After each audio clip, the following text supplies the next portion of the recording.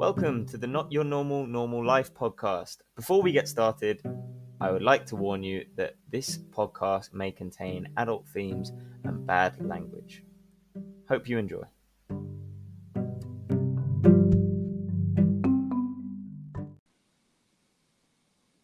Okay, hello everybody. Welcome back to the podcast, Not Your Normal Life, or NYNNL as we've abbreviated it. I'm Aaron, one half of the podcast, and first of all, I'd just like to say thank you to everyone who's shown the podcast some love, a like, a listen, a share. Everyone who's been interested in the podcast, messaging us with their support, advice, and feedback. It's a really nice experience for us personally, because sometimes when you try something new and exciting, it can be a bit daunting and a bit anxious, really. But please keep your questions and feedback coming, because that's what's going to inform the content that we produce. Me and Alex ultimately want to have control over the direction that we go in, but it's very much an organic process and it's got room to change and evolve. So if you've got any interesting questions or interesting things you think we should cover, or perhaps we didn't cover enough, things that you liked or perhaps didn't like so much, then feel free to message us on our Facebook page, our Instagram account, or even our personal accounts, as so many people have done. All the links to our Facebook page, along with the various platforms of the podcast, will be on the Facebook page. Yeah, I couldn't agree more. I'd personally just like to say thank you to all my friends and family. The love and support so far has been overwhelming, to be honest. Did not expect to get that sort of response in the first week or month, or in general, really. So yeah, thank you very much, but I couldn't have put it much better. So I think we're going to try and structure things a little differently. That was very much like a loose, open conversation, open beginning to the journey. But going forward, we're going to try and introduce some segments into the show and keep the topics relatively concise, so it's not here, there, and everywhere. But yeah, I think it was good, and I'm looking forward to today's podcast. Yeah, absolutely. So let's begin. Let's do it. So the theme of the podcast is walking alone, and let's start with never walking alone. Let's start with something that's personally close to my heart. Yeah. I don't think there's any better place we could start. I think after the week we've just had, it's only right, with Aaron being a big red, to touch on Liverpool FC. I mean, we're big football fans. It had to be done. It had to be one of the first podcasts we put out, given the timing. So yeah, I'll kick us off, because obviously, being a Liverpool fan, I want to get your response. I'm obviously, for people that didn't hear the first podcast or don't know, I'm an Arsenal fan.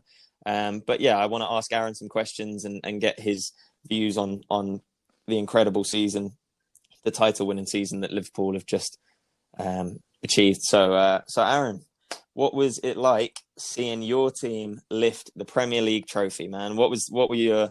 Give me your emotions, give me your reactions, because we haven't really talked about this all that much away from the podcast. So yeah, obviously, like there aren't too many words that I can describe as a real, first of all, above even being a Liverpool fan, like a football lover. I love every part of the game, from the amateur game up to the very, very top. So there aren't enough words I can describe that I can use to describe the feeling of winning the Premier League. It's something that for so long, it was the thing that I honestly couldn't see it coming for. We were so far away. Then even when we got close, it didn't happen. It just felt like it was never going to happen, really. Yeah. I know what you mean. You're like, even after last year, where you thought you had to win it, you had to, and even the Luis Suarez season, you were that close. I just thought, if you can't win it with that team, in those conditions, maybe luck's just not on your side. Maybe but given enough time, it's just a matter of odds, isn't it? And with the team you've got and the manager you've got now, I mean, I want to get your opinion on those. Like, the manager, the team, it all just came together so nicely, didn't it? Yeah, it was perfect. And I mean, prior to Jurgen Klopp's arrival, like I when Brendan Rodgers was appointed, I was skeptical. I was thinking, yeah, he's done well with Swansea. But before Swansea, I think he was at Reading or Watford, and it hadn't gone too well. So I was thinking maybe that's where Liverpool are at now. We can't attract the top managers. We're having to try and take a bit of a gamble. But with the Brodge, as he became known, we came so close, and we built we squeezed every last drop out of an aging Gerrard, the emergence of Suarez and Sterling coming through. It was looking like the future, and Coutinho it was looking amazing. But even then, coming so close, you don't want to get excited, because the heartbreak of when you get excited and you start to believe, the heartbreak is even worse. So I was almost pessimistic when Jurgen arrived. I was thinking, oh well, let's just see, because we're going to ruin this manager. yeah, absolutely. And actually, his last season at Dortmund, it didn't go too well at all. So I was thinking, can he do it? He'd got to Champions League finals, and then ultimately, in the long run, he'd lost out to Bayern Munich, even though he had relative success. But yeah, and then you started to see this incredibly exciting brand of football played, amongst the most exciting I've ever seen of a European club in recent times. So for me, that then started to make me think like, oh, we're up there with Napoli's. Gives you that belief, doesn't it? Atletico Madrid, we can play this amazing brand, and then we were blowing teams away, and it was amazing to watch. But we were like I said, like a Napoli or Atletico. We weren't in the very, very top echelon, and we've made the transition now, perhaps slightly less explosive and blowing teams away in terms of like how we did under Brendan Rodgers or in the early Klopp days. But now we've become this clinical machine, and that in itself has made me really see what it takes to get to the very top level. So pragmatic as well. You can just, for any of you that can hear, Aaron's got 2 cats. So if you ever hear a mew in the background, now you know what it is. But very needy. Very, very pragmatic team as well. You're not. I've, as an Arsenal fan, I adored Arsene Wenger, and I adored the football we played. I always thought other teams, rivals, even could respect the way we played football. But there was always that element of, we were like a one pattern, a one style team that couldn't adapt to, the amount of times we've been beaten or drawn at home to the likes of Stoke, and no disrespect to Stoke as a club, but what I would consider lesser teams. They were further down in the table, they're on worse form, yet they knew how to beat us. Whereas Liverpool, it's just like, how do you beat them? If you play open attacking football, you get exposed. If you sit at the back, they just take shots against you all day. They got set piece specialists, they got aerial threats. I mean, it's been really, really breathtaking to watch over there. I've never ever seen a team like it, not really since Ferguson retired. And I think Ferguson's 08-09 team was the last team I've seen that are that adaptable, that have, you've got to have a bit of luck on your side as well. I think you've had a fair bit of luck this season, which isn't to say you don't deserve it. I think you make your own luck in football, but you've definitely had that. I agree as well. I think as well, like we were so exciting, like I said, Coutinho, Sterling, Suarez, Sturridge, all of these guys, and it took the almost dismantling of that team with the finances they provided to really give. Coutinho leaves, Suarez leaves, and in the replacement, Firmino's allowed to shine, and Salah comes in, Mane is allowed to excel, Van Dijk and Alisson come in, and that is what really transforms the spine of the team into something where we had a first 11, where you argue that that they're up there with the best in the positions for what they do in Europe, in the league, or whatever, in this form, in this season. And that's something that we have never had at Liverpool in the last, almost in the last 30 years. We've not had a complete 11 that you'd go, yeah, they're all very, very good. Yeah, I agree. But, like on paper, when the team was originally being formed, I mean, you've been through a couple of keepers, Mignolet and Karius, and then now Alisson. But Alisson, he was a great goalkeeper from Roma. But, in the UK, having not watched all of Serie A and knowing his true qualities, he was a bit underestimated. I think, as was Robertson, as was Trent, as was Van Dijk even. Van Dijk, when he came in, people weren't branding him the next Sergio Ramos coming into Liverpool, but I think he's the best centre-back in the world right now. I mean, Ramos is definitely up there in contention. There are other great centre-backs that you can't take anything away from. But for me, personally, Van Dijk's up there now, but wasn't number one. Mane and Salah, you look at obviously Salah did well at Rome, Mane did well at Southampton, but weren't Premier League winners, they weren't Champions League winners. And Firmino coming from Hoffenheim, you know, this guy, Henderson. Look at Henderson, a winger from Sunderland that's become Liverpool captain. You know, for a title-winning season. It's on paper when this squad was being formed. I mean, they weren't expected to go and win the Champions League and a Premier League back to back, but you know they've gone above and beyond, exceeded expectation. Why do you think that was?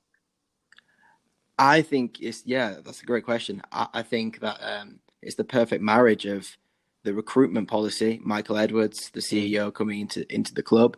I think also what helps, but it's not really touched on, is Buvac was Klopp's number two.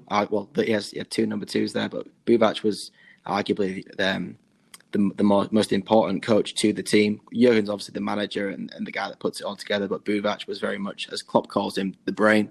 And under Buvac, you saw his stamp of this style of football, this like heavy metal music, or as heavy metal football, as Klopp called it, this nasty, horrible to play against, high energy, this Gengen pressing, this anti-press, this counter-press, and then these quick finishes. But he leaves, and Pep Lijnders, who left the club as well, comes back in. And I don't think it's a coincidence that the style has become much more clinical, much more pragmatic, and we rely on moments of brilliance, but frequent moments of brilliance that come from anywhere on the pitch. Yeah. Do you think that's a confidence thing? Like the manager's getting the most out of the players, and the players have the confidence to step up to those moments and create those moments. I think Klopp's you see how charismatic he is. He's a kind of guy, very much like a person we had the pleasure to meet, Tony Smith, the rugby league coach. After speaking to him for a minute or two, if he tells you that you can run through a brick wall, you're going to believe it. And I think the players themselves, they had this kind of belief, but in the big moments, in 80 minutes of the game's not going your way, 90 minutes even, the game's not going your way, perhaps the confidence ebbed away. But now I think getting that first trophy over the line after losing multiple finals, I think maybe 4 finals in a row we lost, the first trophy, that Champions League, was the most important, I think, because then that really changed the mentality of the players into, okay, we do belong at the top level. Champions League winners. We're not talents anymore. We're not prospects. We're not ones who could make it, might not. We are at the top. And I think that in itself transcends ability and it transcends talent. I think belief and confidence and form is an enormous thing. So I've just killed a fly that's been bugging me for about 3 days.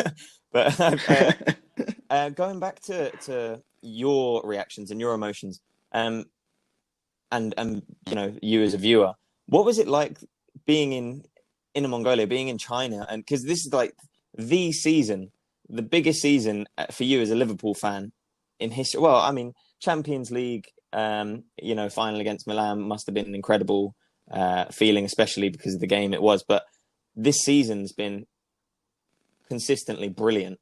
But what sort of difficulties have you faced trying to actually watch the games and keep up with it all, given the time difference and the distance, the physical distance, being in China?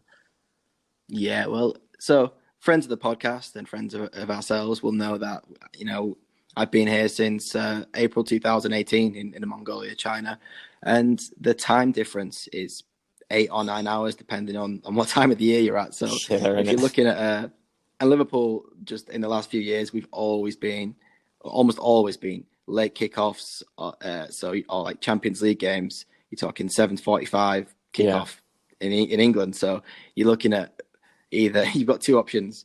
You either stay up, you either watch the early games and you try and stay up for the Liverpool game, or you set your alarm and you wake up in the middle of the night and you watch it. But I think I've barely missed a game in the 2 years I've been here. It's only when I've been exhausted and fallen asleep, and then you wake up and watch it. But I'm sure my girlfriend's glad that she doesn't get woken up at 4 a.m. and me screaming, come on. And she wakes up absolutely terrified, like, what's going on? And I'm like, oh yeah, we just scored. And she's like, oh, for fuck's sake, and goes straight back to sleep. She's being robbed. Yeah, no, I remember being in China with you, and even here, but I have one memory that sticks out being in China watching the Europa League final. Yes, not the Champions League final. I am an Arsenal fan. The Europa League final, and waking up in the middle of the night to watch the game, falling asleep halfway through, and then sort of opening one eye and seeing the scoreline, and we're losing the game. I just thought, oh, fuck off, I'm going back to bed. It's just written me off, the time difference and trying to wake up and then obviously not performing. It's so heart-wrenching when you wake up at those times. I mean, your team losing, at midday in England when you're in a beer garden is still devastating. But when you've woken up at 4 a.m, you got work the next day, you've put yourself through absolute hell to get there. I mean, the Watford game, where were you for the Watford game? Or do you remember what you were doing for the Watford game? That must have been difficult. Oh, yeah. I've been so fortunate that even in the last 3 seasons, we've not lost a Premier League home game, and we've lost only a handful of times. You can count on both hands, like, how many losses we've had in the last couple of years. So we've been so fortunate. Sure. But when you do lose a game, I look back to the Champions League first leg against Barcelona, like you said, the Watford game, even as recent as Man City. Like, I'm watching these games like in the middle of the night, and this happens, and then the next day you're getting up for work on sometimes no sleep, sometimes an hour, which I don't know which is worse, just staying up and powering through, I know. or trying to scrape together a couple of minutes here and there of sleep. So you just have to sort of acknowledge whatever happens, I'm going to feel like shit tomorrow. And if you win the game, it's a silver lining. Yeah. No, it's true. It is funny how much the win or the loss dictates your mood the next day. Like even the Atletico game, I remember it being late here. And as someone that's had, like my brother's a big Liverpool fan. One of my best friends from my hometown, Matt, he's a big Liverpool fan. And then obviously you're a Liverpool fan. And other people we've lived with have been Liverpool fans. So I've been following them quite closely since 2013. Like, I've always obviously watched pretty much all the games every weekend since I can remember, and caught up on Match of the Day or the highlights if I'm abroad or whatever. But I've been following Liverpool closer than any other team apart from Arsenal. And watching that Atletico game, for me, knowing your squad, knowing everything you were going to achieve or it looked like at the time you were achieving in the league, I was so gutted. And I remember that was really early in the morning. I remember being really tired, turn it off, thinking, fuck's sake, why have I stayed up to watch the team I was rooting for get knocked out in that fashion as well? So, yeah, it must be devastating as an actual Liverpool fan. Yeah, but so to finally do it after so long, it's an amazing feeling. But it wasn't so much like winning a final. It wasn't so much like winning the game. It's not like an Aguero moment on the last day of the season. I think everyone knew it was coming, and I think the pivotal moment for me where I went absolutely mental and I started to believe was the 3-1 game against Man City early in the season. The Fabinho strike, the Salah header, the Mane goal. That for me, when we went 8 points clear, we could have gone 8 points clear, or they could have closed the gap to 2 points, and that was the crucial moment. So for me, then that's when I was going crazy. Right. And then the gap just grew and grew and grew. City kept losing, we kept winning. And it almost like I'd almost come to terms with the feeling that we'd won the league, obviously, months and months before we actually technically had won it. So it wasn't a feeling of pure elation, lifting the title and seeing it happen. It was more of a long confirmation journey, it's been like a slow, like a long year of just constant satisfaction and happiness and pride in what I can see. And it's also allowed me to sort of take my eyes off Liverpool a little bit, because it's kind of like, okay, we're going to win the league, and I can relax and enjoy that. And then I just thought, nice. It allows you to fall in love with football all over again and watch other teams and admire other teams and other players. So it's been a really, really like wholesome experience the whole season. I mean, but sorry, go on. That brings me like nicely onto your other team. I mean, for people at home by you, I think you'd be remiss if you didn't talk about the other team in your life. Harrogate Town. No. Leeds. Okay. Yeah. So Leeds fans everywhere. This is also for you as well. I know a few of my friends listening, you're massive Leeds fans, and very similar to Liverpool. You're a family-oriented club. You'll never walk alone, marching on together, like this us against the world mentality. And I couldn't be happier for Leeds to be back. Yeah, for Leeds to be back there. My friend Liam, actually, enormous like diet. You cut him in, he bleeds Leeds. Sorry, not Liverpool. Me and him, we're talking. We were the day Leeds got relegated. We went to go watch Van Helsing in the cinema when it was released.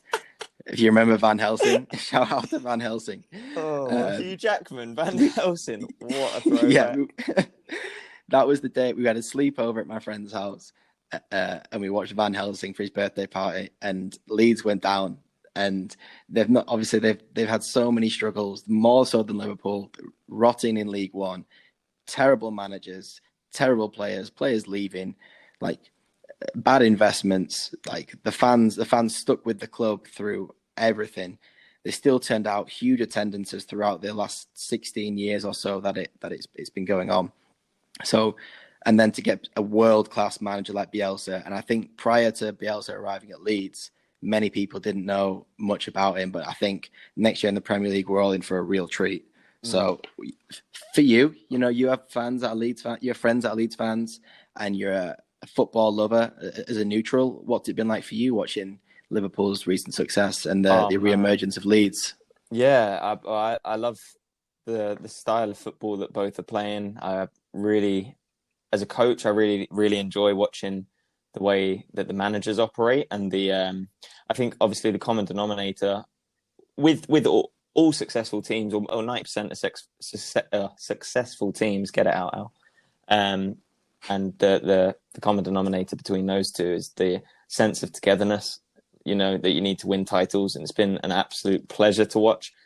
Like you said, you never walk alone, and marching on together. Those theme tunes ring so true this year with those two clubs, and it's been an inspiration really for coaches, athletes, fans alike.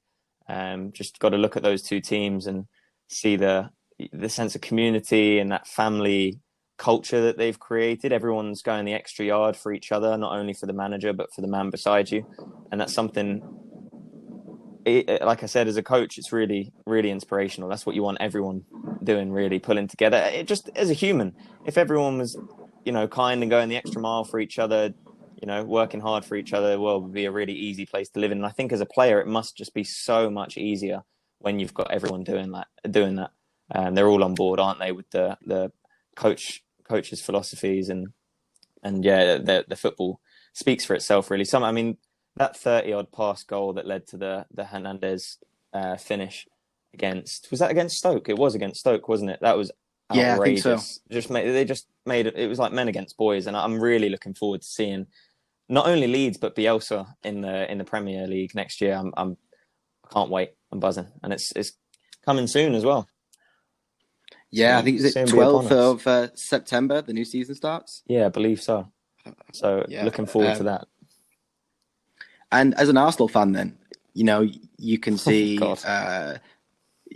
You see, it took Leeds 16 years. You see, it's taken Liverpool 30 years. Arsenal's Premier League, or even like title-winning, trophy-winning history. You don't have to go too far back before Arsenal were winning things, and the FA Cup's a big thing for Arsenal. So, yeah, what how far away do you think Arsenal are to reaching that upper echelon again?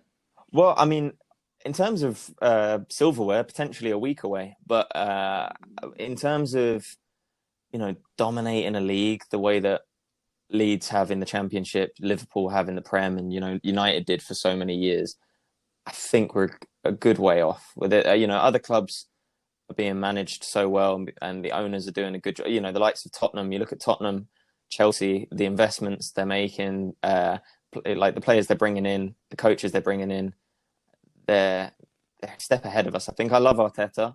I do like a lot of the younger players we've got coming through, but I feel like even some of our best players, our strongest players, just need to go. We need to sort of reshuffle everything, and just keep sort of go with Arteta, believe in Arteta, but we definitely need something to change at the top of the club, because it's just we're not ticking in the same way that our competitors are, and we're falling down, and we're in danger of becoming a mid-table side, which I've never seen in my lifetime. So obviously we're spoiled in terms of positions and achievements and everything, or I'm spoiled as a fan that's witnessed that. You can't keep drawing upon the glory days and expecting that every year is going to be an invincible year and all of that sort of stuff. But yeah, I'd say 4 or 5 years with the right sort of players and the right sort of attitude towards the transfer window. But so it'd take a miracle the way that Liverpool have dominated, and now the players they're going to attract, the fact that we're not in Champions League, and we're not going to therefore be attracting those world-class European or world-class talents that want European football. So, I mean, the less said about Arsenal for me is better at the minute. I'm just praying that we give Chelsea a good game in the final. But yeah, we'll see. For me, it's all that, again, that we lack that togetherness. We lack that family feel. It's all a bit disconnected so far. I feel like we're a bunch of individuals. So, yeah, I mean, that ties quite nicely in with the theme of today, because it feels like they are all walking alone. They are all just doing their own thing. Yeah, absolutely. I'll just finish with my last thought on the football, and it's that I think every season it becomes increasingly, exponentially more difficult to get success, because everything's richer, everyone has more money. So if you have to take a step down, or even if you stand still, if you stand still as a football club, you might as well be going backwards. Yeah, you start drowning, don't you? Yeah, but togetherness, a family. You'll never walk alone. Marching on together. It's a real family. 2 real family clubs, different sizes in recent times, but both enjoying success. So I couldn't be happier. And even if I wasn't a Liverpool fan, I didn't also like Leeds. I think as a football neutral and as a football lover, I think it's fantastic. Yeah, man, couldn't be happier for you and all the Liverpool fans around the world. Like Liverpool players, the manager, like it's a brilliant time for all you guys. So enjoy it because it doesn't last forever. I mean, fingers crossed for the future, but I'm hoping we can get up there and compete. So, but in stark contrast then to, I guess, the sense of team achievement and working together as athletes to achieve results, we have been blessed with some fantastic UFC events. Obviously, a solo combat sport, very different from football, but for those of you that have never watched MMA and you do think of it as this blood sport, the UFC is honestly one of the most entertaining brands of sport you could watch. It's absolutely fantastic. The way it's ran, the athletes and the personalities that are involved, the disciplines and the variation from fighter to fighter and camp to camp, team to team. It's been incredible so far. I mean, people won't know, but we've been watching Fight Island. Do you reckon you could explain Fight Island to the world?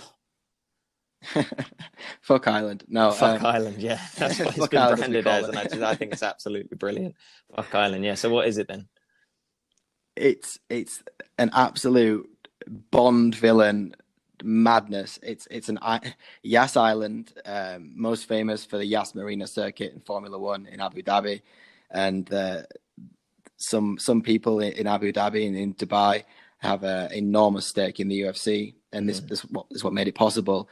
WME Media, the majority stakeholder in the UFC, have a huge financial influence in Dubai. They allowed the UFC to host a 20-mile square radius of just isolation and build a venue, build a stadium there, use Emirates Airways to privately fly all the fighters from around the world to this one location, heavily test for the coronavirus and screening. I think they're leading the way in world sport in this sort of like medical 100%. Area. No one kind of knows like what the right steps are, but somehow the UFC have found the way to make all the right steps, and it's a credit to them. So Fight Island, it's just a typical UFC card, typical UFC events, action, entertainment, madness, but all combined with an island in the middle of Dubai. So extremely interesting and entertaining. Let's touch on a couple of the Fight Island. We won't go into too much depth, but let's touch on a couple of the key points that have come out of UFC 251 and Fight Island 1 and 2. So for you, which fighters first come to mind as the standout performers recently? Well, obviously the three main events that we've watched so far have been fantastic for different reasons. So we've seen Masvidal, the Cuban living in Miami, versus Usman, the Nigerian American wrestler, Muay Thai monster. That was a fantastic fight. It was difficult. It was short notice because obviously you had a fighter in Gilbert Burns that had to back out from the fight due to coronavirus. So Masvidal stepped in. He's taken the fight on short notice. The odds are obviously in Usman's favor, and probably were to begin with. Definitely were to begin with. So that did end up, as you'd expect, as Usman dominating the fight. But yeah, the main three events so far: Usman, Masvidal, Qatar, Ige again, which was a schooling. Calvin Kattar. He absolutely murdered Ige, who's a hot prospect, not to be sort of looked down upon. Definitely a fantastic fighter in his own right. But yeah, the gap in class between him and Calvin Kattar was evident on the night. And then Figueiredo slaughtering Benavidez, which to me was a bit of an upset just because I didn't know all that much about Figueiredo. Maybe just because I haven't watched that division so much. The smaller guys, they're fantastic to watch. They're unbelievable athletes, absolutely lightning quick. But for me, middleweight and sort of light heavyweight, even light, but middleweight, light heavyweight for me, they're the most entertaining division. So, but yeah, three fantastic main events. What did you think about those three? Yeah, I think that those fighters. I think one of the amazing things about the UFC is, for those who are casual fans or are starting to get into it, please watch the prelims. I cannot stress that enough, because you will find absolute gems. You'll see the craziest submissions. You'll see like mismatched people absolutely dominating others. You'll see great fights, and you'll be watching 3-round fights going, oh my God, why isn't that 5 rounds? Who is this person? I never knew they existed. And they're new to the UFC. And you find almost on a weekly basis, it seems now, me and you are ranting and raving over the new hot prospects. It's a crazy, crazy sport that just churns out world-class athletes on a constant basis that you never knew existed. I could not agree more. And I think in terms of Fight Island so far, I've never seen so much talent in the prelims. I mean, it's pretty obvious. They only want the best of the best in the Fight Island events. They want to make them as special as possible because of the time off and because of the state of the world at the minute. But I mean, we talked about the main events a little bit, but like you're saying, some of the prospects of those Fight Island fights. I mean, Bukauskas, the absolute stud, fighting out of London, but is he Hungarian? He is Hungarian, isn't he? Lithuanian? I think so, yeah. Lithuanian, Hungarian? Lithuanian. Yeah, Lithuanian, British, but lived in the UK, English accent. I mean, this guy is an absolute physical specimen. He's 24, 25. He's only a young guy. And he's so well spoken. He's an absolute beast in the cage. And he smashed his fight out the park. So entertaining to watch. I'll definitely be following. He's 100% one to watch. He's 94, so he's 26 years old, and to come in and do that in front of the world and all the UFC audience. He's not fighting in amateur MMA anymore. He stepped up to the plate and killed it on the biggest stage in his sport. But Khamzat, big Swedish fighter, incredible ground game, similar to Khabib. He just looks like a bigger version of Khabib. Incredible fighter. For UFC fans out there, please go and have a look at his highlights if you haven't seen them, and follow this guy in the future. I mean, he's fighting this weekend, isn't he?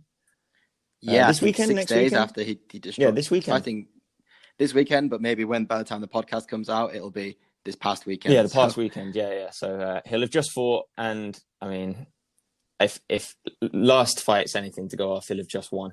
So, and the big one for me that we just watched was Lasses, the local lad from Dubai. I knew nothing about this guy, and this is the beauty of the UFC. I knew absolutely nothing about this guy going in. He's fighting an absolute tank from Ghana, this huge brawler that's going in there to rip his head off. And this fighter, his movement, his IQ, his technique was flawless. This guy is definitely a hot prospect. He took heavy hits. He's definitely got a chin on him. He's technical. He's athletic. He's flexible. He's sharp, explosive. Any superlative you want to use, this guy he's going to the top. He is going to have a title shot at one point. Mark my words. This guy was incredible. Looking forward to seeing more of him. I think what surprised me more than anything, you see fantastic strikers and we see great technicians and people with freak athletic ability. It's almost a common feature that you sometimes look over in the sport, but the composure that he showed, he was eating in the guy is fighting. And for anyone who doesn't understand, you need to go and watch this fight back, because the guy he's fighting has got like highlight reel knockouts, and he's coming out there in the first 10, 15, 30 seconds to take your head clean off your shoulders. And he's just rolling with the punches. He's eating these bombs, catching them on the guard, around the side of the guard. Maybe one or two slip through. Doesn't panic, doesn't get phased, doesn't shoot for the takedown. And he eats the shots. And then he realizes, okay, I've taken your best shot and I'm still here. And then you see the confidence just flip, the confidence wane in the guy that's trying to take him out of there. And then you see Lascelles just grow into the fight with a beautiful stepping elbows, front kicks, teep kicks, spinning attacks. Like the jab was beautiful. The check hooks he can throw whilst moving back. Man, it was a Muay Thai masterclass. It was a beautiful. It was really, really good to watch. The fighter he was up against, by the way, just for people that don't know, was Razak Al Hassan. So if you want to go watch his highlights, I'd suggest doing that before you watch the fight. It will give you I know we've spoiled it already, but just watch how many people this guy has knocked out and look at the punches he was throwing in the first round and how well Lascelles has dealt with it. Oh man, it was truly remarkable. It's exactly why I watched the sport. Yeah. Who else was? And then equally as impressive. I saw Rafael Fiziev, the Kyrgyzstani fighter. He's for those who already know who he is, they might not know that he's also the striking coach at Tiger Muay Thai, a world famous gym in Thailand where Piotr Yan and many other world-class fighters train. And I saw him fight Magomed Mustafayev when Mustafayev came back after a long layoff. And Fiziev looked good, but Mustafayev ended up knocking him out. And that was Fizayev's first fight in the UFC. So I thought, he's, maybe he's not as good as what people said. But this fight, he came in there, and I don't think I've seen a body kick as hard as that. It sounded like a being hit by a baseball bat. It was horrible, wasn't it? Yeah, this guy has trained Volkanovski, he's trained Petr Yan, like you said. He means business, but it's just so strange seeing a coach go in and throw down like that. I mean, obviously they've been at the top of their game at some point, but he's currently peaking. He's currently killing it in the division while he's coaching all these, some title holders, like division champions. Yeah. And so it was pretty amazing to watch this guy. Yeah, I've never heard noises like that come out of an octagon. It was disgusting. That's the thing with that's almost like made the UFC almost more watchable than other sports have lost their fans. And it does, you cannot deny it takes something away from scoring a goal or a touchdown or a home run. Or golf's awful. Golf, a 3-pointer. Yeah, well, golf's quick. Golf can be debatable as it is, really, watching golf. But Fiziev, for those who don't know, this guy has been the striking coach of Valentina Shevchenko, arguably one of the best point fighting striking people, men or women, in the sport, in the world. Zhang Weili, for me, representing China, she's amazing. Piotr Yan, the Siberian monster who's recently become the flyweight king. Mm-hmm. So for him he's had over 200 Muay Thai fights, and now he's had, I think, 10 pro MMA fights. And he's still in his 20s, and he's and he's a coach. How I don't know how the man can handle all these things at once. So I know, credit to this guy. Yeah, I mean, star-studded list of students there as well, and now you can see why the students are performing the way they do, why they're such notable strikers. You only have to look at the coach and his performance inside the octagon to realize that they're learning from the best. This guy is different gravy. And he's got more on the line. You know, his reputation as a coach, his intellect and his technique and his methodology and everything, his pedagogy of coaching and everything, it's going to be questioned when he loses, if he makes a bad decision, if he gets knocked out or submitted.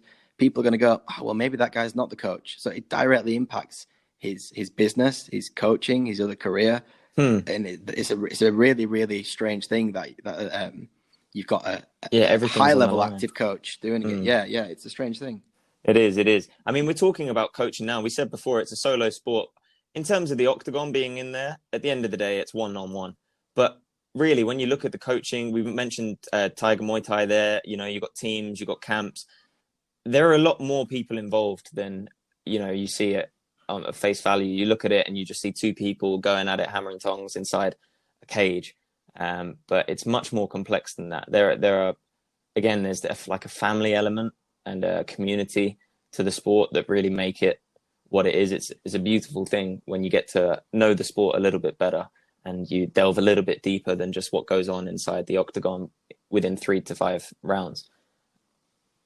Absolutely. I think team sports, like obviously we love football. It's our, like the sport that we have the most knowledge about and the most experience coaching and playing with and things. But team sports can have this kind of toxic tribalism of you can only have one team. You can only support one. And if you're not in my tribe, you're not in my team, then fuck you and you're shit. And then people like this cancel culture. But in the UFC, it's like you've got camps. You can support a camp, a team, a coach, and then you support the individual fighters. And you can, like, you can't just support one fighter.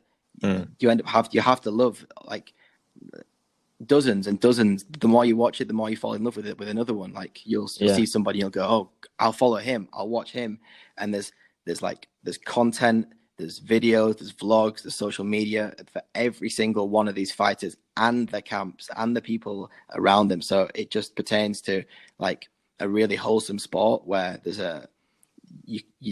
there's no hate against other fans really so much, and it's more of a, we love the sport, we love the organization, and it's more UFC against Bellator or UFC against ONE FC, but inside of that you're supporting so many different mini teams, which is something really new and refreshing for me as a football fan. Yeah, you don't really see that in sport. I mean, I think it's more similar to another passion of ours, music. You don't follow an artist and then, you know, screw the rest of them. You have lots of different people that you like, different tastes and different things. The people collab and they come together just in the same way that fighters go and experience each other's training, gyms, coaches, all the rest of it. I think, but it is like artists in music in that way, that you don't just follow one person, and it's not, you're going to end up crossing paths with everyone, performing on the same stage with lots of different people. So you can't have that outlook, and as a fan you can't either. You just have to sit back and appreciate the art, appreciate what you're observing, and that different people do it different ways. So I really think there are actually a lot of similarities to draw with music, which is our next topic, which is something we wanted to talk about. You know, while we're on the theme of walking alone, we wanted to touch on some solo artists that we're into, that people that we've been listening to recently. A short segment on some suggestions we have for you. So whenever we talk about music, we're going to drop you 3 songs each that we want you to go and check out, see if you like them. They might not be to everyone's tastes, but Aaron and I have quite a wide range of musicians and artists that we like. So we think there'll probably be a little bit of something for everyone. So do you want to kick it off? What have you been listening to recently? Let's change the topic. Let's go into music.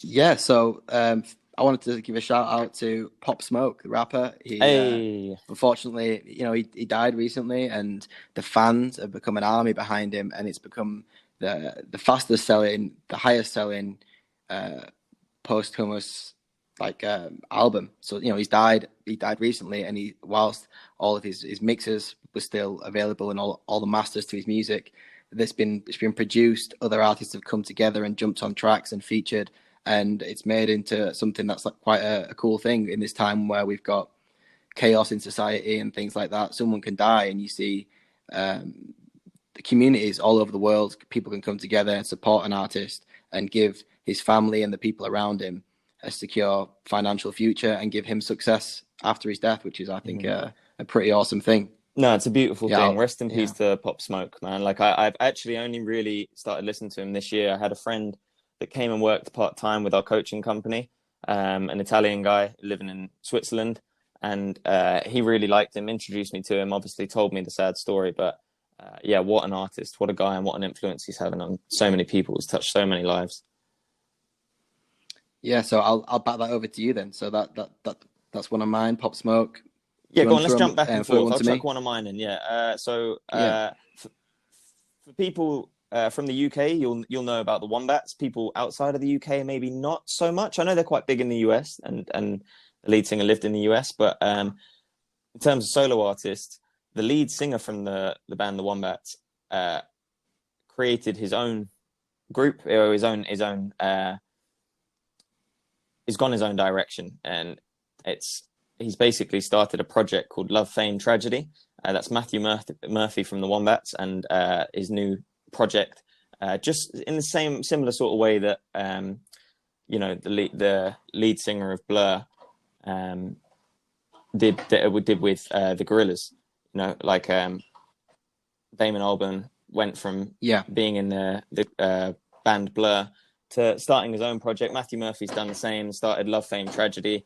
If I was going to compare them to anyone, I mean, his voice is so distinctive that it's like listening to the Wombats. It's just slightly more electronic, and I highly recommend people to go and listen to their album. I've thoroughly enjoyed it. Been listening to lots of them on the way to and from work.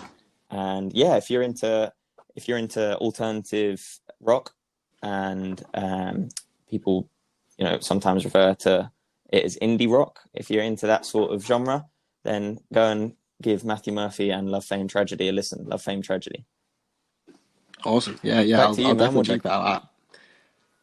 Yeah, back to me. Okay, so my next one is someone that I know you know, Alex. Someone that we both listened to. Reggie Snow. Reggie Snow. For those who don't know, I think he has Irish American roots. So really, really strange cultural background there, but he's one of these new age rappers in the mold of a Frank Ocean, a Lil Uzi Vert, someone that can throw together things that melding different genres into one. And he's a super, super interesting guy in terms of the visuals around him, the fashion, the image he creates, and the things he's about. He collaborates with different artists all the time, and he's a really, really cool. He's got fantastic lyrical skills as a rapper, but then the beats he chooses are so the variety. You listen to 5 or 6 Reggie Snow songs, and you'd be shocked they're from the same artist. Yeah, definitely. I think he's an awesome dude. Yeah, he's collabing with some really, really cool rappers too. Yeah, and he's got a new album coming out. So for those who love the rap, I know there's a lot of Frank Ocean fans out there. I know a lot of friends of the show, of the podcast, are Frank Ocean fans, and that they also love this kind of modern R&B.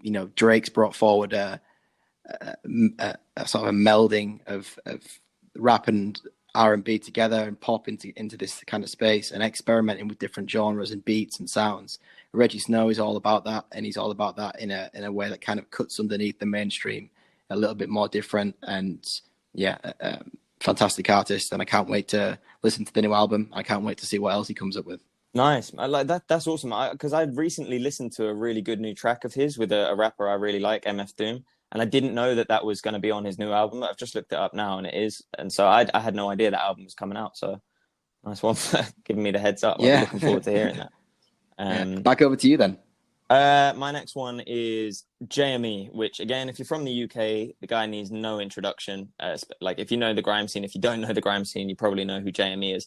If you're not from the UK and you don't know too much about grime, you may have heard of his brother Skepta. Arguably, I'd definitely say top 3 grime artists in the UK right now. JME's got to be in the top 5, top 10. He's awesome. He's young. He's honest. He's well educated. He's nerdy. He's into his Pokemon and his video games and like his Sonic and but he's lived a hard life. Obviously, he's been subject of all the nonsense that goes on with racism in the UK, and won't go too much into that, but you hear a lot about it on his tracks. Very evocative music. If you listen to the lyrics, extremely complex subject matter, and extremely catchy. If you're just looking at it at surface value, really, really enjoyable to listen to, upbeat. And yeah, like if you don't know too much about grime, it's our rap, our own brand of rap, and so it's something to be proud of if you're from the UK. And yeah, I've really enjoyed his new album. He did a lot of people will know That's Not Me, and you know, like that blew up, but this new album I think deserves just as much respect. And yeah, I'm looking forward to playing it again and again and again. It's been awesome the last couple of weeks, just again walking into and back from work with that in my ears. Been good fun. Yeah, I think sometimes like music that contains strong political messages, or music that depicts oppression and hard struggles of life, it's a fantastic thing, and it's a way of getting the message out there. But sometimes when you just want to listen to a melody or a catchy song, I think there's a bit of a disconnect between the two. And I think what JME manages to do is, if you look deep into the lyrics, you see he's talking about his real life struggles and the problems and oppression of people and things like that. But at the same time, if you don't want to think too deep about it, you don't want to get too in your feelings, then it's catchy, it's melodic, it's clever, it's something very British, and it's something, like you said, I couldn't agree more, that if you're from the UK, you should be proud of it. It's our own stamp on the music industry, and it's growing. Yeah, you've summarized that perfectly, man. Political rap, but with, you know, communicated in a way that's very easy on the ears. The guy is extremely intelligent. His double entendres will blow you away. And yeah, recommend people to go check him out if you don't know him. And if you do know him, check out that new album because it bangs. Back to you, man. You got anyone else? Yeah, I'll do one more. I've got one more. It's a bit of a, it's not new, it's not so new, but Lil Uzi Vert. I know, shout out to Lil Uzi Vert and all the fans.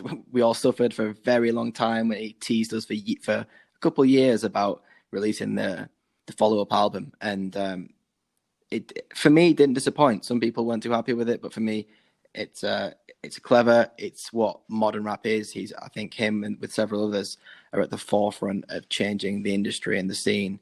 I think he's a clever guy. I love everything about the fashion. I love he breaks down the walls. He'll wear women's clothes. He'll do goofy things. He's not a big, tough, hard dude. He's a bit of a nerdy, a weird guy. He's covered in piercings and tattoos, and he's a short dude as well. He's tiny. He's tiny. Yeah, he's goofy. He's funny. Yeah, he's everything that a rapper shouldn't be almost. He's one of these new age guys, and I think for those who want some experimental music and they want to be at the forefront of what mainstream new rap is about, I think he's the perfect example of that. Yeah, man, 100%. That's my three. So, sorry, go on. They're your three. Oh, okay, all right. So, well, these are just artists I've been listening to recently. So, I'm not gonna. So, I've got a couple more just because honestly, I could list about 100 artists. I listen to music every day, whatever I'm doing, cooking, showering, walking, sitting, thinking, whatever I'm doing. I've got music going on in my ears. So, I won't sort of dwell too long on these next artists, but Mike Shinoda, one of the two main frontmen from one of my favorite bands of all time, Linkin Park. Obviously, he was up there supporting Chester Bennington, rest in peace, his vocals with his rap. That's what he brought to Linkin Park. But as a solo artist, just go and check out his album. Honestly, I don't think I could do him justice by sitting here talking about it in such a short amount of time. It's got a bit of everything for everyone. Two rappers that I really want people to go and check out from the US. Amine, I went and saw him last year with a friend, and he was unbelievable live. But he's just bringing out anthem after anthem, month after month. So go check him out. And Denzel Curry as well. Denzel Curry is, I do not know how to describe this guy. Again, you have to go and check him out for yourself and, sort of make your own opinion on the guy. But to me, he's like a marriage of all the old hardcore rap, like I don't know, like DMX is the first person that comes into my mind, and then sort of new school, not lean rap, but man, the guy does everything. Just go and check him out, Denzel Curry. If you want a good song that I think encapsulates all of the different sort of talents that the guy has from a rap point of view. Go and look out his Colors freestyle. That was insane. I really enjoyed that. Maybe not for everyone, but I think if you're into US rap, you'll like that. And my last one, before I give 3 song suggestions, is Chronix. Chronix is a Jamaican Rasta modern reggae artist, but his music isn't, what you'd typically think or associate with reggae. It's, again, melodic. It's popular, it's trendy, it's easy on the ears. The guy's got a great voice, and I highly recommend people to go and check Black is Beautiful out, and I think that will help you get the ball rolling with the guy. But yeah, so we've done music that we've recently been listening to, but have you got some songs, like individual songs, maybe 3 songs that you could recommend people to go and check out? They can be the same artist, they could be different artists, but 3 tunes that you've just not been able to get out your head recently. For me, anything Flight Facilities. If you want something, you want something a little bit electronic, a little bit different, something that you didn't know you'd like. You listen to some Flight Facilities stuff. That stuff's going to be in your head all day. It takes you 100%. Away as well, doesn't it? Yeah, I mean, if you've got a couple hours to kill, you've got half an hour to kill, and you just want to disconnect and you want to chill out and you want to meditate, or you're going for a walk or you're a drive or wherever, and you want something just to sort of set the scene. You want something just to not to take over what you're doing, but to be there and just start bubbling around. For me, that it couldn't get much more tranquil than Flight Facilities. Yeah, it's like electronic easy listening, isn't it? We were really into them when we were in China, when I was back there with you. You introduced me, actually, and I still listen to them now. Whenever it comes on, it throws me right back to those nights sitting at the windowsill looking at the neon lights of the back streets of Inner Mongolia. And they're awesome group, awesome memories. But yeah, Flight Facilities, that's cool. My first suggestion would be so far from Flight Facilities, but Nick Mulvey. The first time I heard Nick Mulvey was on a radio show hosted by Fern Cotton. And say what you want about Fern Cotton. I'm a fan. I like Fern Cotton and the music she likes. So I was like, go for it. If Fern likes it, I'm going to give it a listen. And I really like some of the songs that he came out with. He's got a track out at the minute called Third Way. That's Nick Mulvey, Third Way. If you like Ben Howard, James Vincent McMorrow, like Rue Paynes, English acoustic artists, give that guy a listen. Nice. Yeah, I don't have another one after that, but I will definitely touch on when you mentioned Denzel Curry's Colors freestyle. For anyone who wants to find new artists on the cutting edge of like what the sound is going to be, Colors will give you a real insight to like new sounds, new artists, and you get to see the skill. You always wonder, how good is this rapper? How good is this artist? Like is their freestyle good? Are the lyrics that good when they're put on the spot? Go and check out Colors, because that will, like, you'll end up just binging it and finding so many new artists to listen to and follow. Yeah, definitely. Such a simple concept. A color that represents them, their freestyle or their songs, and just short, easy clips, easy watching. But yeah, I mean, Amine's on there, Denzel Curry's on there, Gold Link I discovered on there. If you don't know Gold Link, he's awesome. Go check him out. But yeah, Colors is great. Colors is amazing. I'll quickly wrap up. I've got 2 more song suggestions for everyone that's looking for new music to listen to. I know I get stuck on in cycles of listening to the same tracks and what's on my new playlist or whatever. But if you're into grime, go and check out Mozambique by Getz. Getz is the #1 grime artist in the world, full stop.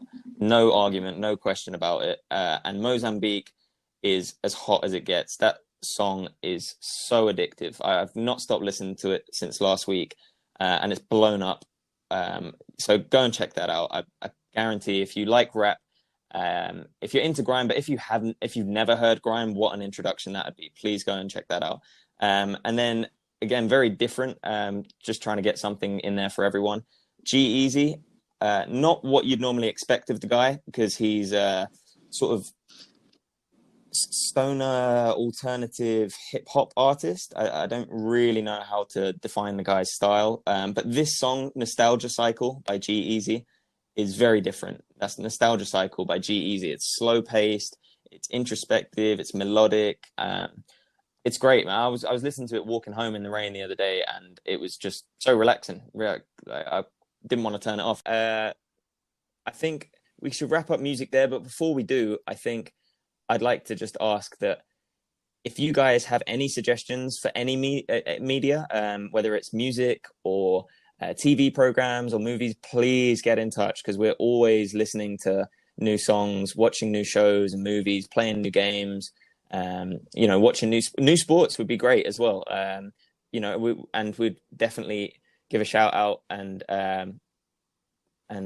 talk about them on the podcast if we enjoy them, or even if we didn't, we'd tell you what we thought. So please send us lots of media and lots of content to digest ourselves, because we're always looking for new things to experience.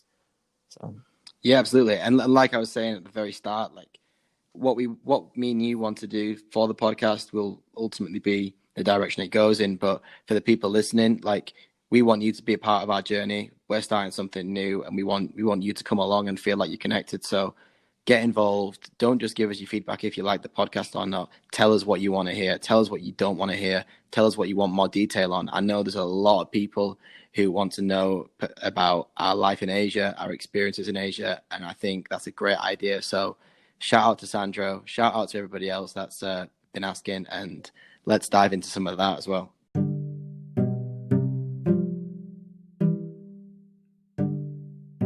Thank you for listening to another episode of the Not Your Normal Life podcast with Alex Curley and Aaron Baxter. That is the end of part 1 of the 2-part episode.